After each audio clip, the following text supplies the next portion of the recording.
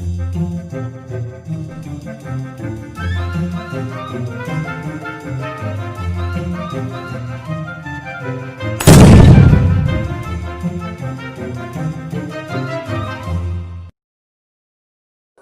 Students, this is Manish Pareek in front of you.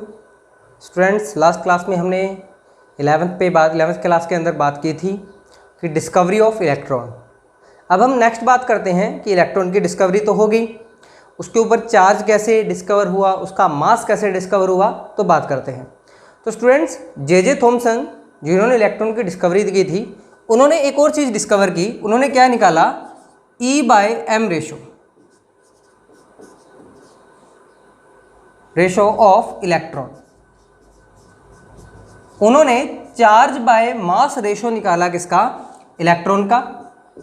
तो E/m ratio है जो इलेक्ट्रॉन का, वो आया कितना स्टूडेंट्स? 1.76 इंटू 10⁻11 कूलाम पर केजी, ये आया। कैसे निकाला? इसके लिए एक सेटअप था स्टूडेंट्स, उसकी फ़ोटो आपको स्क्रीन पे शो हो जाएगी, बोर्ड पे भी वैसे समझा देता हूँ मैं, कि उसके अंदर इस तरीके से एक कैथोड था, फिर एक एनोड था। एक कैथोड होता है, एक एनोड होता है। उसके इसका जो सेटअप है वो आपको स्क्रीन पे शो हो जाएगा, फोटो शो हो रही होगी आपको। इस सेटअप के अंदर क्या होता है स्टूडेंट्स? एक कैथोड होता है, उसके बाद कैथोड के बाद एक एनोड होता है। अब क्या होता है, कैथोड और एनोड को क्या कर दिया जाता है? बैटरी से कनेक्ट कर दिया जाता है। हमें पता है कैथोड रेज निकलेंगी कैथोड टू एनोड। अब वहाँ पे क्या कर दिया जाता है? एनोड के अंदर एक होल कर दिया जाता है, एक बिल्कुल छोटा सा स्प्लिट कर दिया जाता है, जहाँ से वो बीम जो है, जो रेज है, वो सीधा पास आउट हो सके। उसके बाद में एक सिस्टम इस तरीके से किया होता है कि उसके दोनों तरफ इलेक्ट्रिक फील्ड और मैग्नेटिक फील्ड दोनों एक दूसरे के परपेंडिकुलर लगा दिए जाते हैं, यानी कि प्लेट्स लगा दी जाती हैं इलेक्ट्रिकल, जहाँ पे पॉजिटिव और नेगेटिवली चार्ज होती हैं। और क्या लगा दिया जाता है? और मैग्नेटिक फील्ड लगा दिया जाता है, जो कि इलेक्ट्रिकल फील्ड के बिल्कुल परपेंडिकुलर होता है। अब वहाँ से बीम रिफ्लेक्ट होती है। आगे उसके आगे क्या लगा दिया जाता है? एक स्क्रीन लगा दी जाती है जिसपे कुछ भी फ्लोरोसेंट मटेरियल लगा होता है, जहाँ पर अगर वो बीम, इलेक्ट्रॉन की बीम जो है, जो कैथोड रेज है, वो स्ट्राइक करती है, वहाँ पे क्या होता है? फ्लोरोसेंस होता है। तो अब देखो, इस स्क्रीन के अंदर आपको जो फ्लोरोसेंट वाली एरिया है, वहाँ पे 3 पॉइंट दिख रहे होंगे, A, B एंड C। तो A पॉइंट क्या है? जब हम इस अपरेटस के अंदर सिर्फ और सिर्फ इलेक्ट्रिकल फील्ड लगाते हैं, तो जो बीम है वो कहाँ जाती है? A पोजीशन पे जाती है। और अगर सिर्फ मैग्नेटिक फील्ड लगाते हैं तो वो बीम किस तरफ डेविएट होती है? C पॉइंट की तरफ। और अगर हम इलेक्ट्रिक फील्ड और मैग्नेटिक फील्ड को किसी भी तरीके से बैलेंस कर देते हैं, तो बिल्कुल बीम जो है वो डेविएट हुए बिना स्ट्रेट लाइन में जाती है, B पॉइंट पे क्या करती है? स्ट्राइक करती है। तो इस तरीके से कुछ अपरेटस था। तो यहाँ पे इलेक्ट्रिक फील्ड और मैग्नेटिक फील्ड के थ्रू उन्होंने चार्ज और मास को कैलकुलेशन किया। जो चार्ज और मास का रेशो था वो कितना आया हमारे पास? इतना आया, 1.76 इंटू 10⁻11 कूलाम पर केजी। ये किसने किया था? जे थॉमसन ने किया था। अब E/m रेशो आ गया। अब अगर इन दोनों में से कोई भी एक चीज़ मिल जाए, चाहे तो चार्ज मिल जाए, चाहे तो मास मिल जाए, इन दोनों में से अगर कोई भी चीज़ मिल गई तो हमें नेक्स्ट चीज़ मिल जाएगी, मास मिल सकता है। अगर हमने चार्ज ढूंढ लिया तो मास मिल जाएगा, मास ढूंढ लिया तो चार्ज मिल जाएगा। अब इसके बाद में E/m रेशो के बाद में इसका डिस्कवर हुआ चार्ज। भी इलेक्ट्रॉन पे चार्ज कितना है? तो इलेक्ट्रॉन पे चार्ज देखो कैसे कैलकुलेट किया। एक साइंटिस्ट थे मिलिकन नाम के। कौन थे? मिलिकन। मिलिकन नाम के साइंटिस्ट ने एक एक्सपेरिमेंट किया जिसको कहते हैं oil drop experiment. Oil drop experiment. इस एक्सपेरिमेंट के थ्रू इन्होंने इलेक्ट्रॉन का चार्ज निकाला। क्या था वो एक्सपेरिमेंट? एक इस तरीके का कंटेनर था,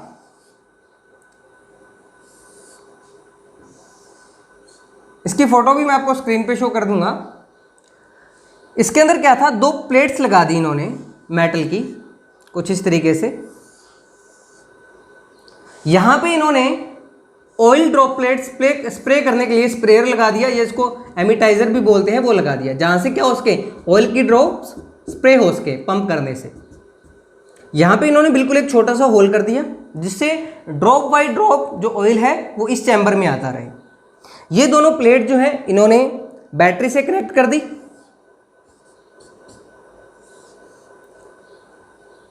क्या किया इन्होंने, बैटरी से कनेक्ट कर दी।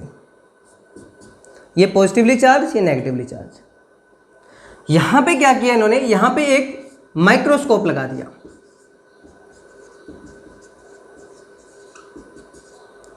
और इधर वाली साइड में एक क्या लगा दिया, सिस्टम लगा दिया एक्स रेज के लिए, यानी कि जहां से एक्स रेज निकले।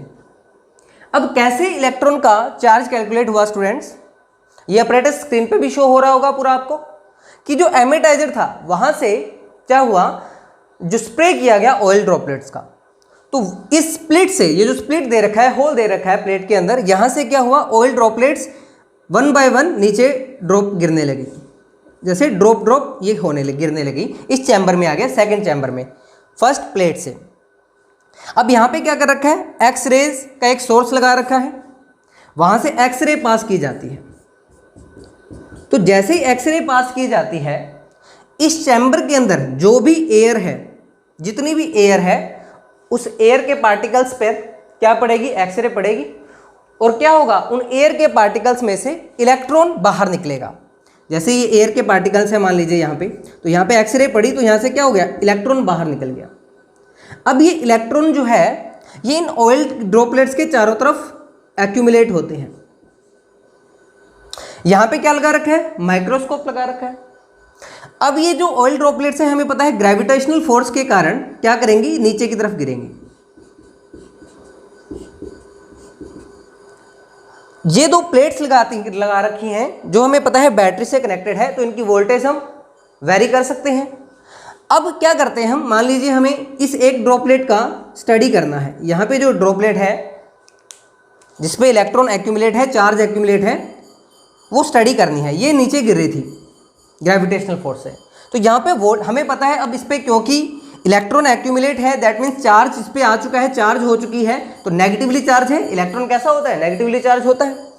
तो अब इस ग्रेविटेशनल फोर्स के विपरीत, बिल्कुल एंटी, हम क्या करेंगे, वोल्टेज लगाएंगे। इतना वोल्टेज लगाएंगे कि ये जो ग्रेविटेशनल फोर्स से गिर रही है, ये गिरना बंद हो जाए। क्या हो जाए, गिरना बंद हो जाए। तो यहाँ पे क्या होगा, हम वोल्टेज लगाएंगे, क्योंकि ये पॉजिटिव प्लेट है, इस पॉजिटिव प्लेट की तरफ अट्रैक्ट होने लग जाए, इतना वोल्टेज लगाएंगे, तो ये क्या हो जाएगी, स्टडी हो जाएगी, रुक जाएगी ग्रेविटेशनल फोर्स के एंटी। अब क्या होगा, यहाँ पे माइक्रोस्कोप लगा रखा है, इससे हम सारी चीज़ें ऑब्जर्व भी कर रहे हैं। अब जो चार्ज आया है, वो चार्ज किसका है, इलेक्ट्रॉन का है, हमें पता है। अब जैसे जैसे वोल्टेज वेरी करते हैं, वैसे वैसे इसकी वेलोसिटी जो है अप डाउन होती है। तो ऐसे बहुत सारे उन्होंने वोल्टेज चेंज कर करके काफ़ी सारे उन्होंने क्या किया, रिजल्ट इकट्ठा किया ड्रॉपलेट्स का। तो वहाँ से फाइनली हमें एक रिजल्ट मिला कि जो इलेक्ट्रॉन का चार्ज निकला, मिलिकन ने जो इलेक्ट्रॉन का चार्ज निकाला, वो कितना निकाला, 1.620 इंटू 10⁻⁻19 कूलम। ये इलेक्ट्रॉन का चार्ज मिला। इलेक्ट्रॉन कैसा होता है, नेगेटिवली चार्ज होता है, तो ऑब्वियसली ये चार्ज भी किसमें होगा, नेगेटिव के अंदर होगा। तो देखो E/m रेशो, E/m रेशो तो हमें जे थॉमसन ने दे ही दिया था। इसको रब करता हूँ एक बार मैं। E/m रेशो किसने दे दिया था हमें, जे थॉमसन ने। कितना था हमारे पास, 1.76 into 10⁻11 coulomb per KG. Electron हमें मिल ही गया, तो हमने मास ऑफ इलेक्ट्रॉन भी निकाल लिया। तो मास ऑफ इलेक्ट्रॉन हमारे पास कितना आया, 9.1 इंटू 10⁻31 केजी। इस तरीके से पूरी की पूरी इलेक्ट्रॉन की डिस्कवरी हुई। इलेक्ट्रॉन के चार्ज के बारे में हमें पता चला, इलेक्ट्रॉन की सारी प्रॉपर्टीज़ के बारे में पता चला।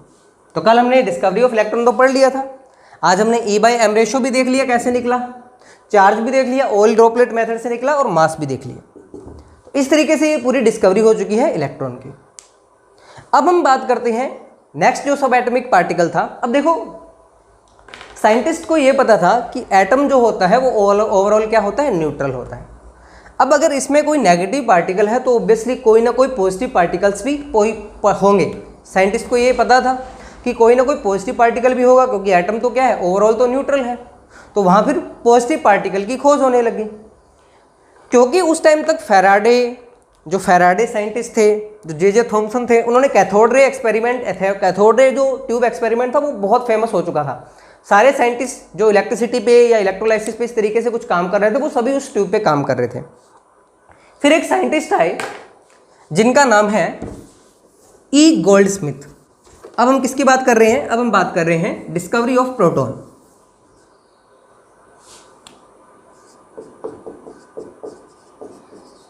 Discovery of proton. प्रोटॉन की डिस्कवरी क्या है, किसने की थी? ई गोल्डस्मिथ ने। ई गोल्डस्मिथ। कैसे हुई डिस्कवरी देखो students, cathode ray experiment, hopes हो कि आपको याद ही होगा, कल ही हमने किया है। तो उसका कुछ सिस्टम कुछ इस तरीके से था।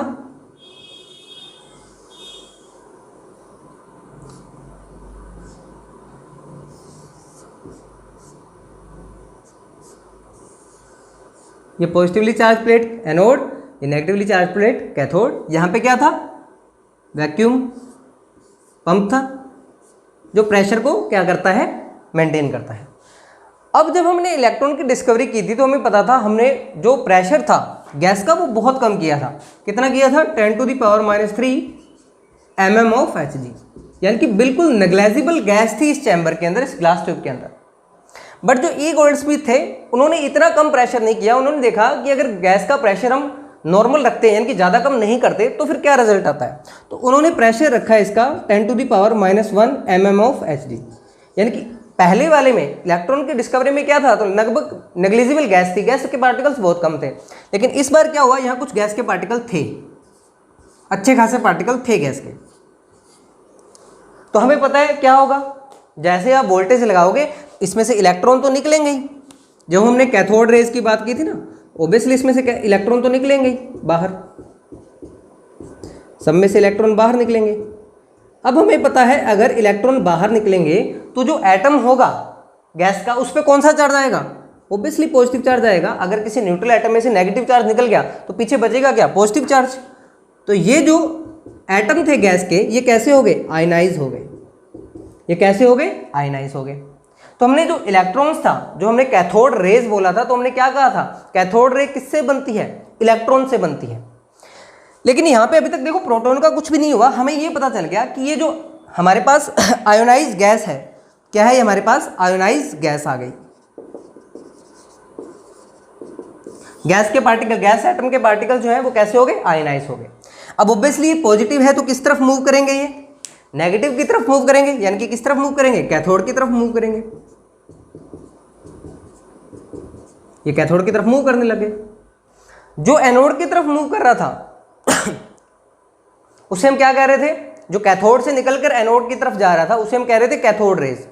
अब ये कहाँ आ रहे हैं? कैथोड की तरफ आ रहे हैं, एनोड की तरफ से आ रहे हैं, यानी कि एनोड से किस तरफ जा रहे हैं?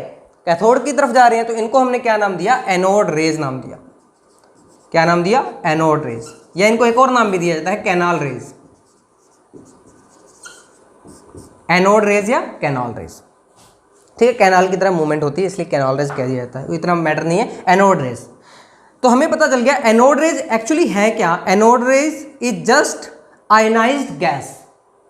क्या है ये? आयनाइज्ड गैस है एनोड रेज। अभी प्रोटॉन की कुछ बात नहीं हुई, फिर बता रहा हूं मैं तुम्हें। आयनाइज्ड गैस है जो कि क्या हो रही है? एनोड रेज की तरफ आ रही है। अब इसकी अगर प्रॉपर्टीज की बात करें एनोड रेज की, तो ऑब्वियसली एनोड रेज की प्रॉपर्टीज भी वही थी जो कैथोड रेज की थी। क्या थी? ये स्ट्रेट लाइन में मूव कर रही थी।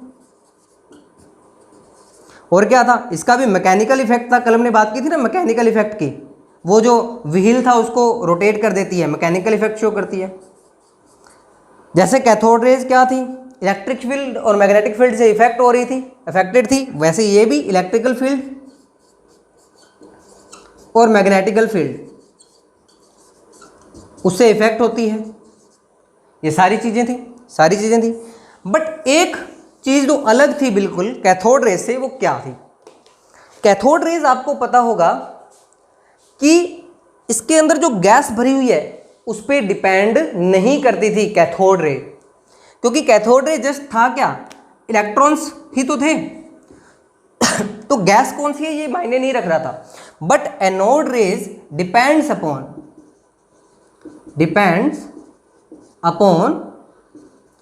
नेचर ऑफ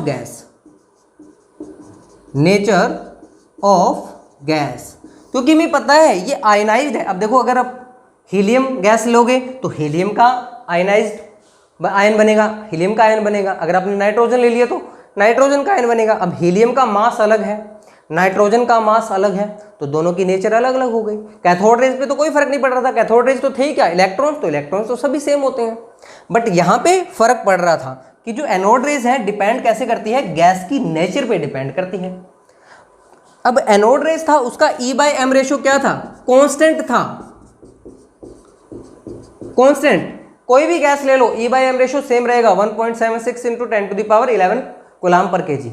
बट ये किस पे डिपेंड कर रहा है, गैस पे डिपेंड कर रहा है। तो अगर हाइड्रोजन गैस ली तो उसका मास अलग, नियोन गैस ले ली उसका मास अलग, तो ये वेरी करेगा। दैट मीन्स E/m रेशो क्या था, वेरी कर रहा था। ठीक है, अभी तक फिर बता रहा हूं प्रोटॉन की कोई खोज नहीं हुई, अभी तक सिर्फ हमें एनोड रेस पता चल गया। अब क्या हुआ, ये जो साइंटिस्ट थे ई गोल्डस्मिथ, इन्होंने एक्सपेरिमेंट किए E/m रेशो पे। क्या क्या एक्सपेरिमेंट किए देखो, समझते हैं। इन्होंने E/m रेशो वेरी करवाया और कोशिश की कि E/m रेशो हाईएस्ट कब हो सकता है। समझना इस चीज को, क्या कोशिश की, E/m रेशो हाईएस्ट कब हो सकता है। तो हमें फॉर्मूला से पता है, अगर मास क्या हो जाए, लोएस्ट हो जाए, तो E/m रेशो क्या हो जाएगा, हाईएस्ट हो जाएगा। तो मास लोएस्ट किसका होता है, हाइड्रोजन का होता है। हाइड्रोजन है ना लाइटेस्ट पार्टिकल, तो हाइड्रोजन क्या है हमारे पास, लाइटेस्ट एटम, सॉरी। तो हाइड्रोजन क्या है हमारे पास, लाइटेस्ट एटम है। तो हाइड्रोजन लिया। अब हमें पता है हाइड्रोजन के अंदर क्या होता है, एक प्रोटॉन होता है और एक ही क्या होता है, इलेक्ट्रॉन होता है। अब हमें पता है अगर हमने यहाँ हाइड्रोजन गैस ले ली तो इलेक्ट्रॉन तो बाहर निकल जाएगा, बचेगा क्या, सिर्फ H+ आयन। और H+ आयन में प्रोटॉन कितना है, एक ही तो प्रोटॉन है। समझना फिर से कि हाइड्रोजन आपने एटम ले लिया, हाइड्रोजन एटम में से एक इलेक्ट्रॉन है और एक प्रोटॉन है। इलेक्ट्रॉन तो बाहर निकल गया और बचा क्या, सिर्फ एक प्रोटॉन। यहां खोज, यहां डिस्कवरी हो गई प्रोटॉन की। मीन्स क्या हुआ, अगर आप इस गैस में, इस चैम्बर में हाइड्रोजन गैस ले लेते हो, तब जो हमारी एनोड रेज हैं वो किससे बनी हुई मानी जाएंगी, प्रोटॉन से बनी हुई मानी जाएंगी। क्योंकि हाइड्रोजन एटम, हाइड्रोजन आयन का मीन्स ही क्या है, प्रोटॉन। समझना, अगर हम हाइड्रोजन गैस ले लेते हैं तो हमें पता चल गया सिर्फ एक प्रोटॉन है। एक एटम के अंदर कितना प्रोटॉन है, एक प्रोटॉन है। उसकी प्रॉपर्टीज के बारे में स्टडी हुई और हमें पता चल गया किसकी डिस्कवरी हो गई, प्रोटॉन की डिस्कवरी हो गई। इस तरीके से खोजा गया प्रोटॉन को। जैसे इलेक्ट्रॉन किससे निकली थी, कैथोड रेज और वो सब थी। बस ये ध्यान रखना कि cathode ray made up of electrons, but anode rays not made up of protons. Only hydrogen atom के अंदर, जब हाइड्रोजन गैस आप लेते हो तब आप ये कह सकते हो कि anode rays made up of protons. ठीक है, बट डिस्कवरी कहाँ से हुई, इसी एक्सपेरिमेंट से हुई। जब आपने हाइड्रोजन गैस ले लिया तो हमें पता चल गया, अब ये जो एक प्रोटॉन था इसका वही E/m रेशो कैलकुलेट किया गया, इसका इलेक्ट्रॉन जो चार्ज है वो कैलकुलेट किया गया, मास कैलकुलेट किया गया। उसकी हम बात करते हैं क्या क्या चीज़ें थी वो।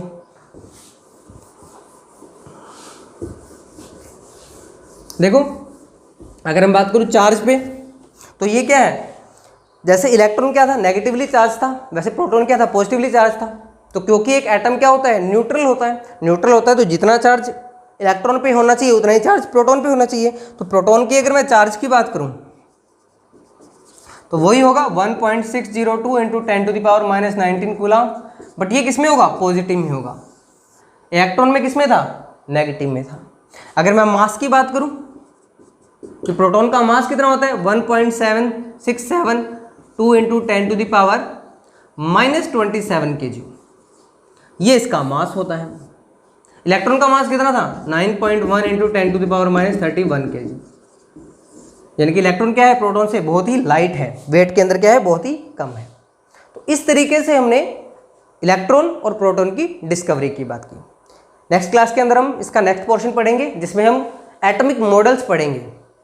क्योंकि न्यूट्रॉन की खोज जो थी स्टूडेंट्स, वो इलेक्ट्रॉन और प्रोटॉन के बहुत बाद में हुई थी। उससे पहले जो हमारे एटॉमिक मॉडल्स थे वो इंट्रोड्यूस हो गए थे। जे थॉमसन मॉडल आ गया था, अल्फा स्कैटरिंग मॉडल आ गया था।